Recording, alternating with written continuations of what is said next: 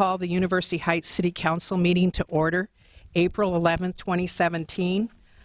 4 council are present. Louise, you are to the side of your microphone again. And Councilman Jerry Zimmerman will not be here tonight.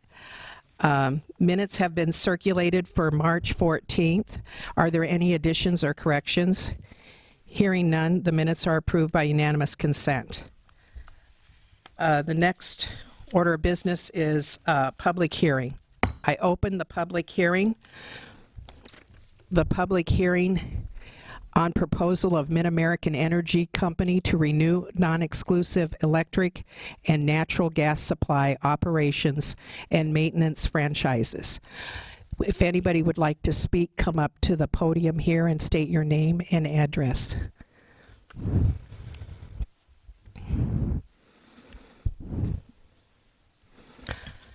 Okay, I close the public hearing and return to the regular meeting.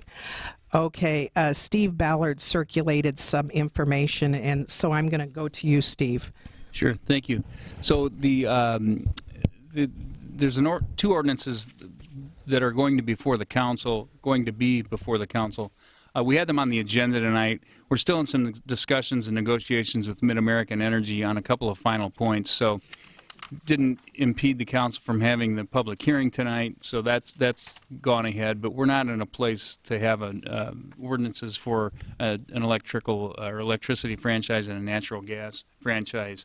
We're real close. So I've been working with Councilmember Quezada and Mark Reinders, who's here tonight from Mid-American Energy, and Josiah Billskemper, and I'm sure we're going to have something by the May meeting.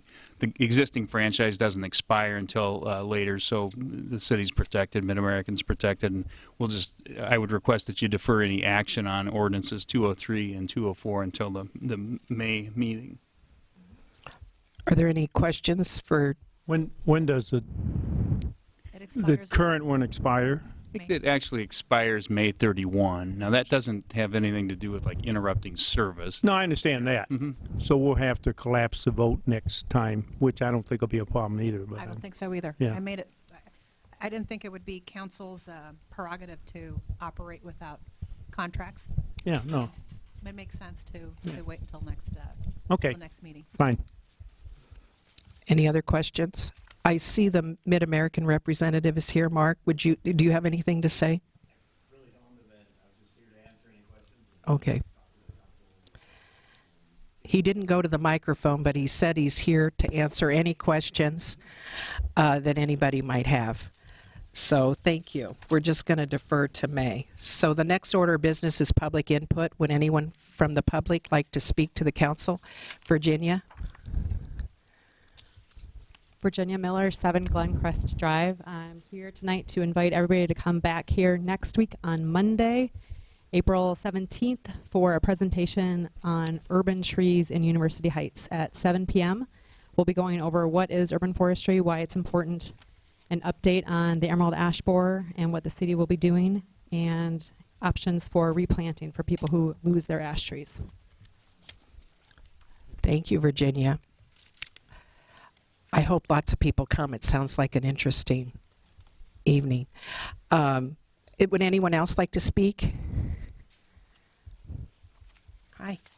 Yeah, just come up to the microphone. Thank you. I never have to use the microphone. Well, The microphone's kind of an odd feature to have to tell. Oh, yeah. Oh, you don't really have to. I can lean down. It's like 2 seconds of talking. It's fine. hi. And I'm plenty loud, I'm pretty sure. So I just, and I sent a Name it. email to No, we most need of your the- name. Can I have your Oh, name and sorry. address, please? Christian Onnested, 526 Mahaska Court. And I just wanted to address the council about, which sounds silly after some of the things, but chickens. There was, in general, I think some of the things that I'd heard that people, or council members had heard that people were not that interested in having them. And so I just wanted to voice my opinion on record, put it on record that my family and I think my neighbor was going to send a note as well, but we were interested in having urban chickens, mostly for the idea that we like to know where our food comes from. I don't really see chickens as any more of a nuisance or an issue than a dog for the most part. You know, it's like having an outdoor dog. You have a pen. make sure feed and water. I think I wrote a note to council and did mention, reading through some of the Iowa City things, I think if you have a fee, I think it's important that you have a direction for that fee, so that there be, not that you're just collecting it, but that it's either put towards a specific purpose, that, whether there's more green spaces or whether it's an educational thing on chickens, so that people can understand a little bit more about them if it's bringing in someone. So that then, I'm by far no expert, and if you ask my wife who had chickens and grew up on a farm, she would laugh at me about the whole chicken idea. Because she thinks it's silly that I want to do any of those things, because I didn't have that opportunity. But that's really our biggest reason. From a neighbor standpoint, I'm fortunate to have two really good neighbors on each side. I think it's important that you have a conversation with your neighbors about it. But, when my neighbors got two dogs, I didn't have to get their permission. They didn't have to get my permission, and vice versa. So, that seems like an issue that maybe we could, you just ask that you have a conversation. I don't think you necessarily have to get, everything as a right. The other thing I think that was brought up, and I talked to a couple of you guys about it, was the butchering thing. And Mike was kind enough to explain kind of his opinion on that. In that really what they didn't want was that you were bringing in fryers, so you're bringing them in for the purpose of butchering and consumption, and so the idea of having chickens, we really just want them for the eggs. I did explain that I think, if I have an issue when you get chickens, you don't know what they are until they're bigger. So there needs to be something put in there if you're going to do that where I'm allowed to then eliminate the one that is a rooster, so that Didn't know that. and dragging them, loading them live in my car doesn't really make much sense. And eliminating a chicken is a pretty simple process. I do a lot of hunting and a lot of those things. So if you're going to put something in an ordinance about it, I think that you're discreet about it. We clean a lot of pheasants, a lot of ducks, some geese, and my neighbors would never know that any of those animals are ever consumed at my house. So I don't really see a difference with chickens, but that's in general. Just wanted to put that on record, I guess. Thank you. Thanks, Christian. Would anyone else like to speak to the council?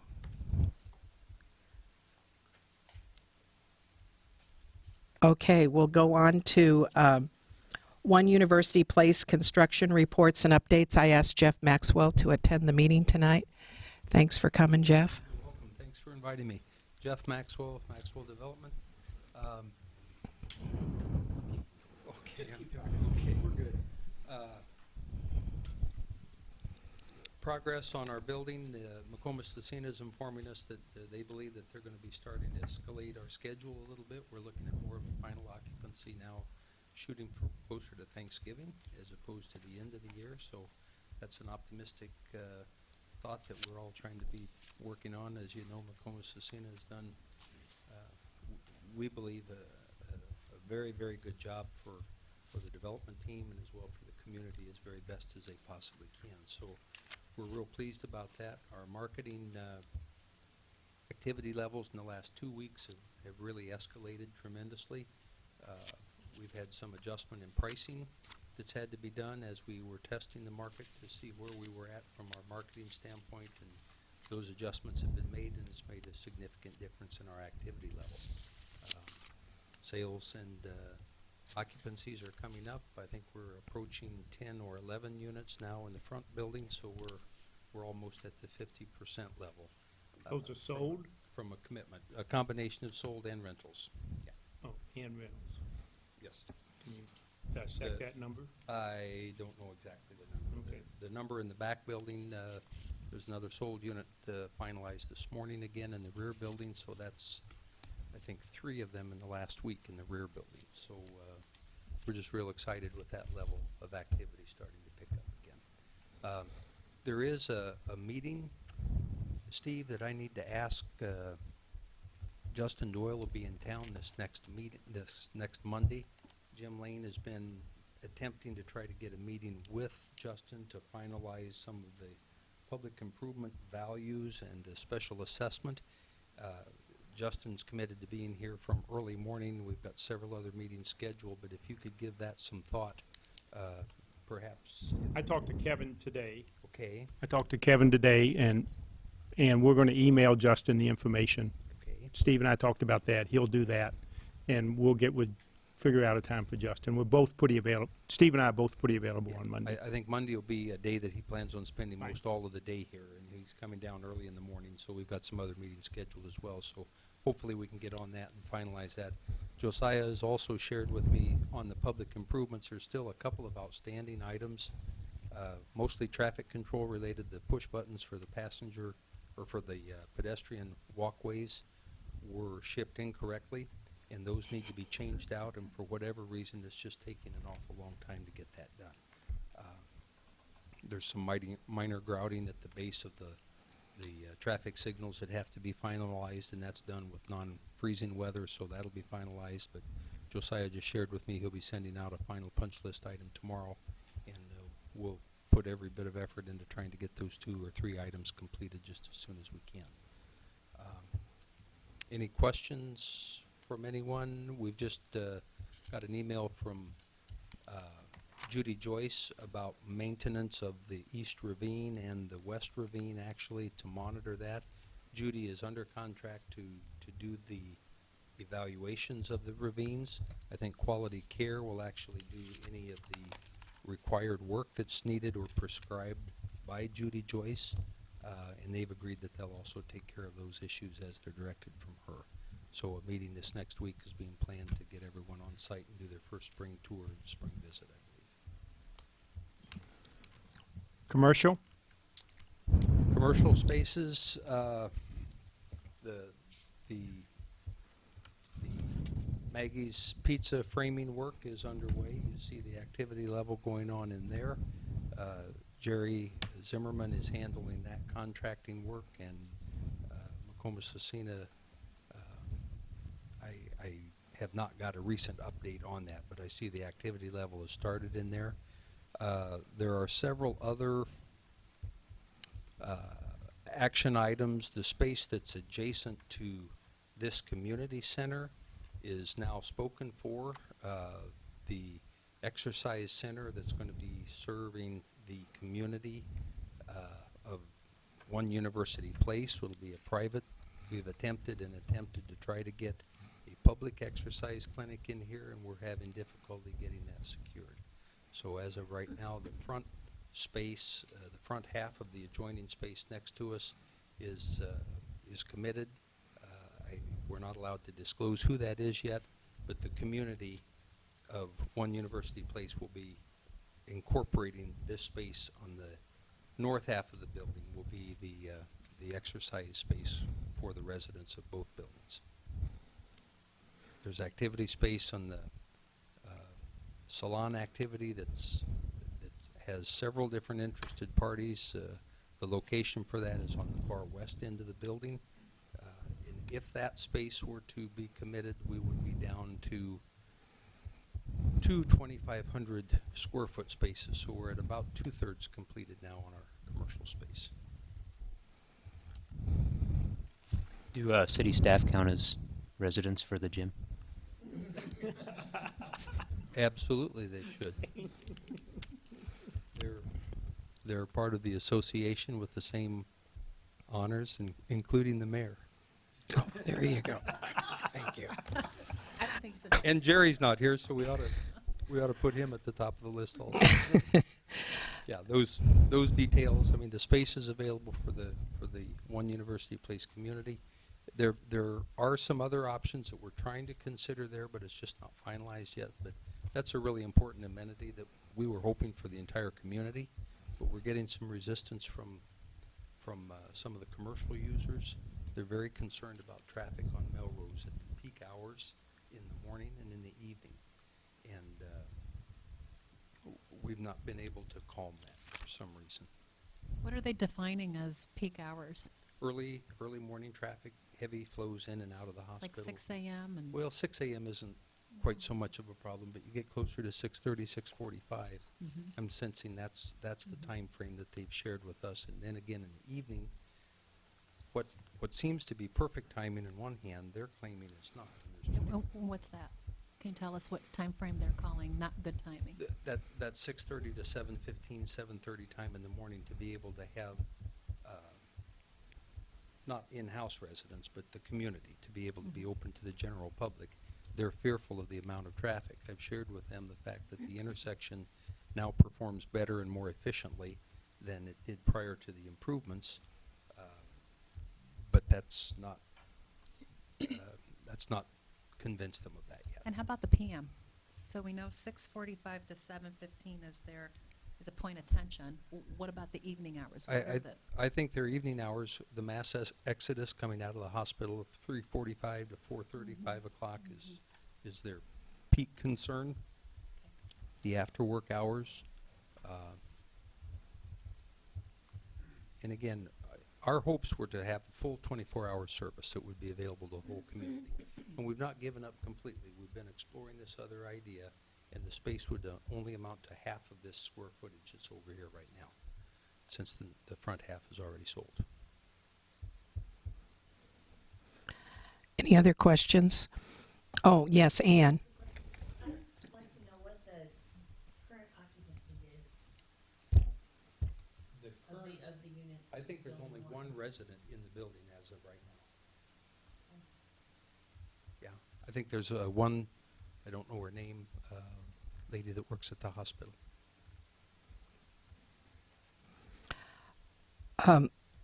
I wanted to thank you, Jeff. You know, last month you came and gave a report, and you asked me, I asked you, who can I contact with things to take care of? And I want to thank you. I have emailed you maybe 6 times, and you responded immediately. And I really appreciate that, and hooked me up with the right person, and things are getting done, and I really appreciate it. And I want the public to know how responsive you've been, and Appreciate that. you know, that's been good. It's part of our commitment to the neighbor as well. I want you to stay there if you could, because I want to go to a discussion of the draft rental policy of community center, under Mike Haverkamp's. And the reason I want you to stay there, is because I spoke with Jerry Zimmerman on Saturday morning, and he told me he couldn't be at this meeting. And he sent an email to all of the council and said, you know, I want to speak and talk about things to do with the association and declarations of the condominiums and make sure they're followed.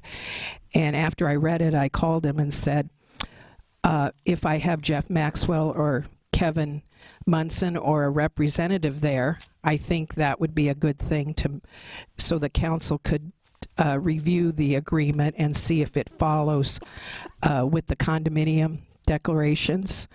And and then I also attached it, and Mike circulated it to the council, and I guess Mike has it on the big screen. That's so nice to have that big screen.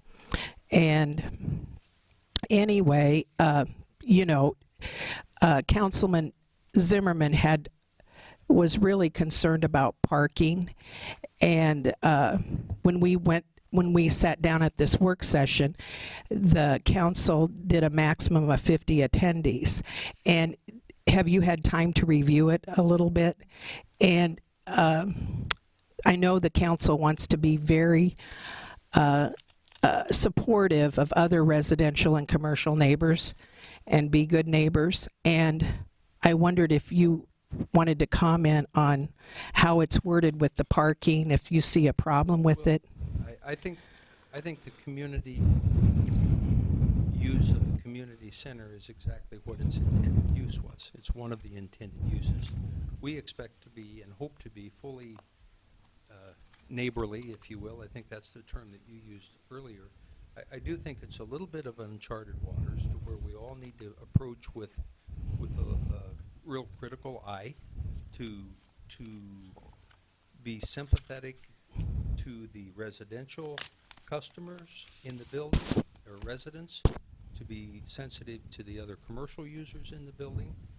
I think it's important that everybody do realize that there's still the other half of the drive lane yet to be added, and will be a full line of additional parking all the way along the front of the north side of the parking lot, which was all discussed as need be And I think Jerry's concern, or any commercial users, he's not the only one that's commented. As we have talked with numerous different potential, there is a question about the amount of parking space for certain users. And I think it's really important that as we move forward, we all have a very discerning eye, watching and observing, being respectful to the neighbors, but yet we have to realize the University Heights community is also one of our tenants. They're one of our family members. They're one of the One University Place team, and they have the equal rights as anyone else. So as far as being able to get along with each other, there's bound to be a time when the restaurant activity is at their peak hours, what I can kind of assume would be from 5:30 till 8:30, most evenings, I would guess, would be the heaviest of the peak hours. That there'll be concern, and obviously a lot of usage during that time. The restaurant will be open the same evening that we have council meetings, and there's 25 or so with council here tonight in automobile spaces. I think alluding to off-site parking is an important thing to consider that might have to happen, but I really don't think the reality of that needing to happen will be. I think our residents for the north building, any visitor parking, will always have some spaces along the north side of the building, but there won't be anyone in that building allowed to keep a second vehicle out in the parking lot all the time. That's not the intention. So it's that monitoring and learning and getting to know everyone's needs. There will be a point in time when the parking lot's really full, and I think that's excellent. I think that's what we're striving for. But to be able to do that, I think there's people in this room that will attend these meetings that one day will be able to be customers of next door and other commercial users in the building. We really don't think it's going to be a very popular problem, a very frequent problem. Do you think 50 is a good number for maximum of? I think 50 people in this room, depending on the type of event. You know, when we first started talking about community center users, I was thinking, you know, some of the many area chapters of different organizations that you always attend somewhere in our surrounding communities. I would like to think that this space will now be available and probably be offered for various different group meetings. We talked about the Girl Scouts. We talked about the Boy Scouts. We talked about your planning meetings that involve the garden club. If the ladies and gentlemen that are involved in the garden club choose to meet at a restaurant or at someone's home or kitchen, I would think that would be a perfectly acceptable use for this space. The farmer's market, to be able to have planning meetings and preparation for farmer's market, to be able to keep things in this space ready for the farmer's market, and to be able to plan traffic controls. I hope we have to close the street off. And I mean, that's what we all envisioned, and I believe that's where we're headed. And looking forward to that, I believe. Okay, does council have some questions? I do have some comments. I couldn't agree with you anymore, Jeff, with respect to the appropriate use of residents having a say and use over this public space. It is no secret that the public supported this community center, and I think anyone who makes any restrictions is misguided and underinformed as to what the public, our residents particularly wanted to envision for the space. At this time, Madam Mayor, I'd like to request, because it's extremely important that we have a thorough understanding of how counselors are thinking and designing policy in our community and how that impacts us, that we can please read Jerry Zimmerman's email from April 7th, 2017, that was sent to council at 9:59 p.m. regarding the usage situation that he sees. I'd like that read into the record at this time. I'm gonna, rather than reading the whole thing, we'll attach it to the agenda, but I can pull it up here. Just a second.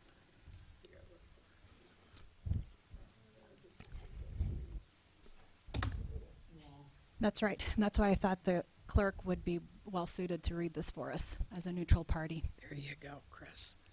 Can you see that? I can't see that. Here. Oh. Thank you. I hope I did.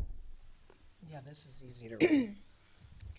You know, while we're getting that ready to be read, Glenn Siders just mentioned to me, and I had thought of this earlier, that it is pretty important, I think, that we get the fire marshal involved and the signage posted as far as the maximum occupancy of this room.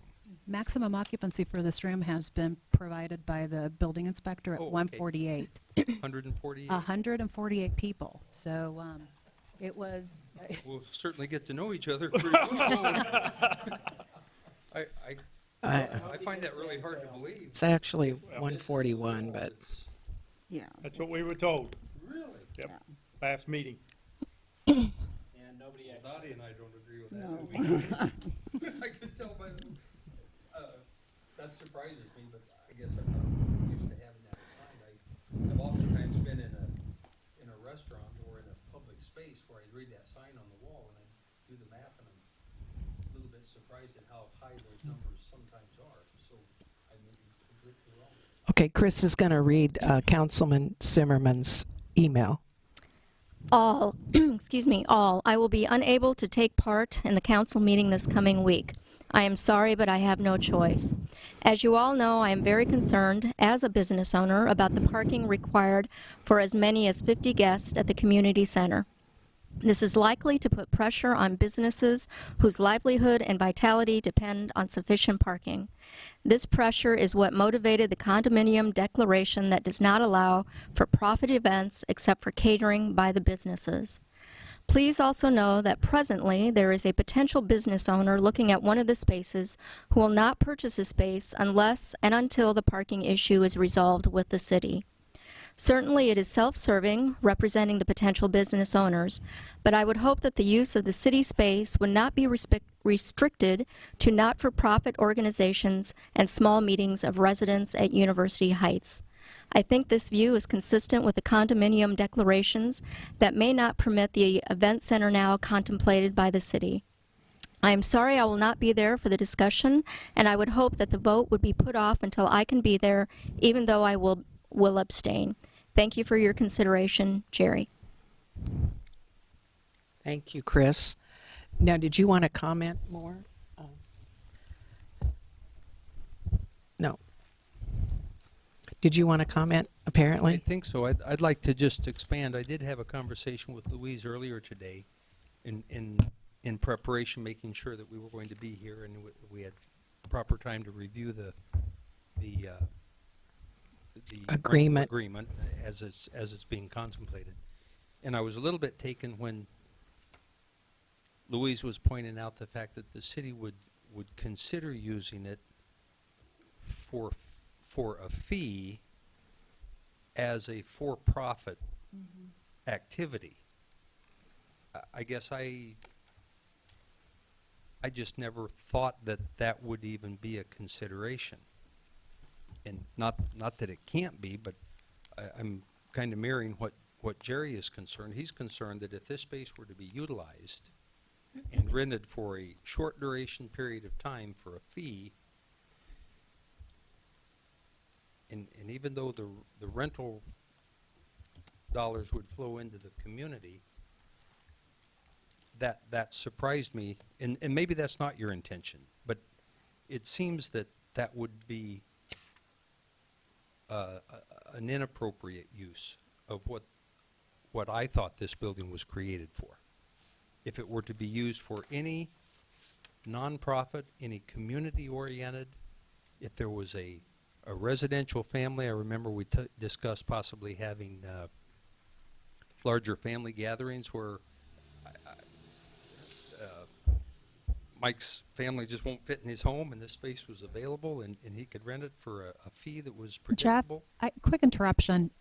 Did Louise or Jerry or anybody else loop you in with respect to some of the constitutional issues that are at play here with No. respect to limiting the use of the city to only certain segments of people?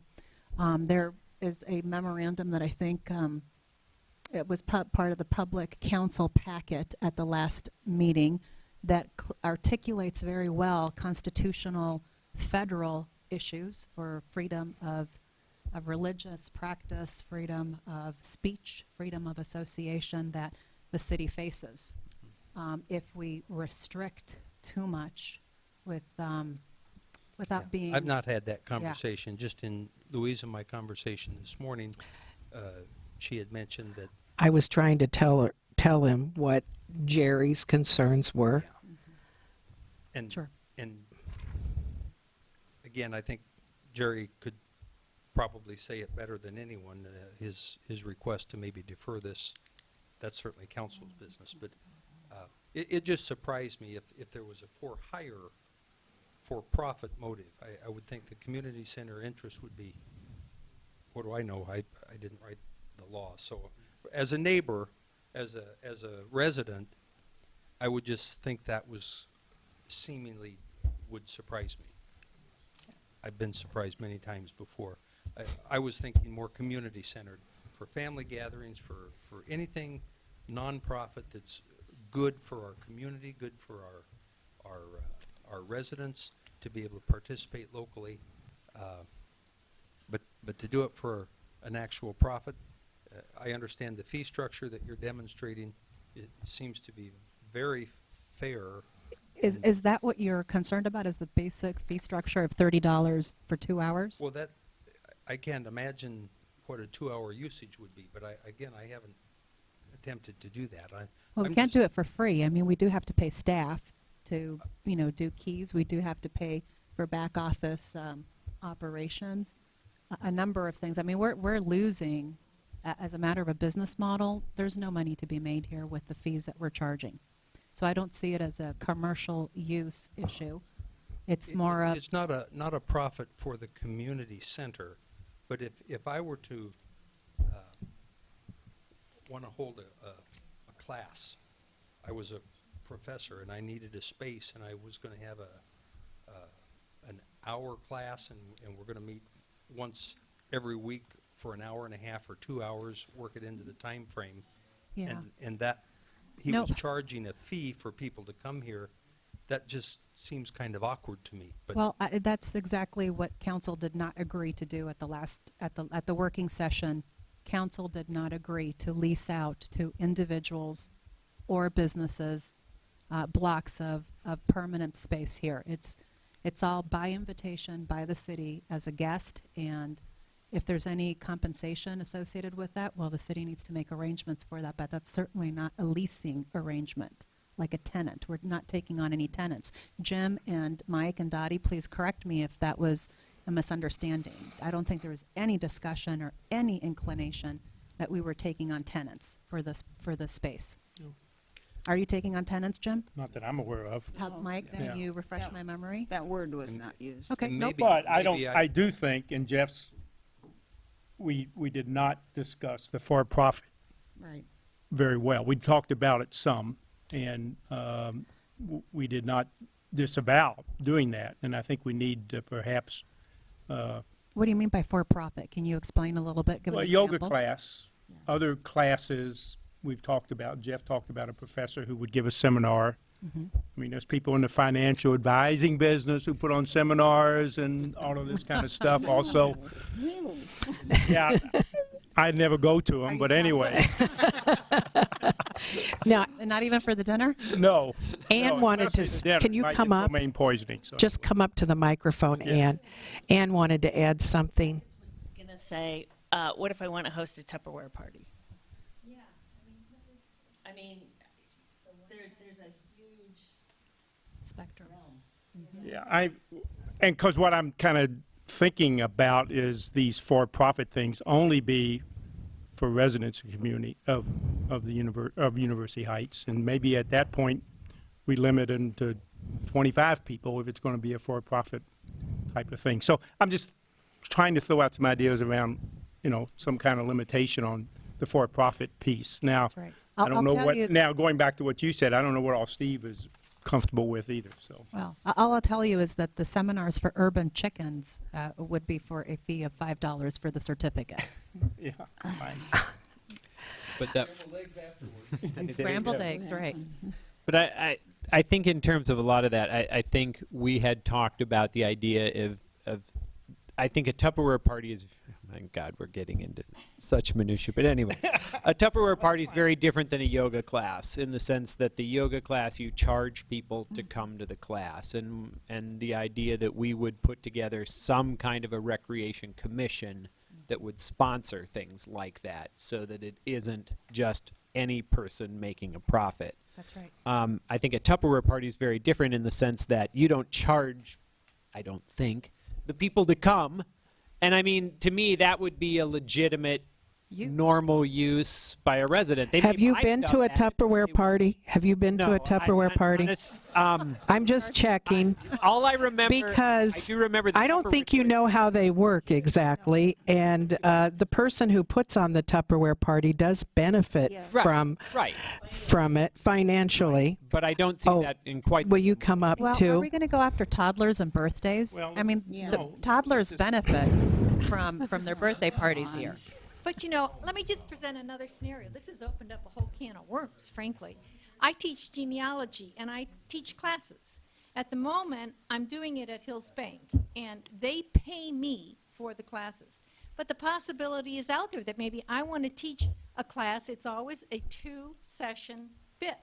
Does that mean, because it's not on a semester basis, it's 2 classes, would I not be allowed to do that? And I have no intention of doing that. I'm just throwing that out as an example of how this could be used. Yeah, I benefit from that.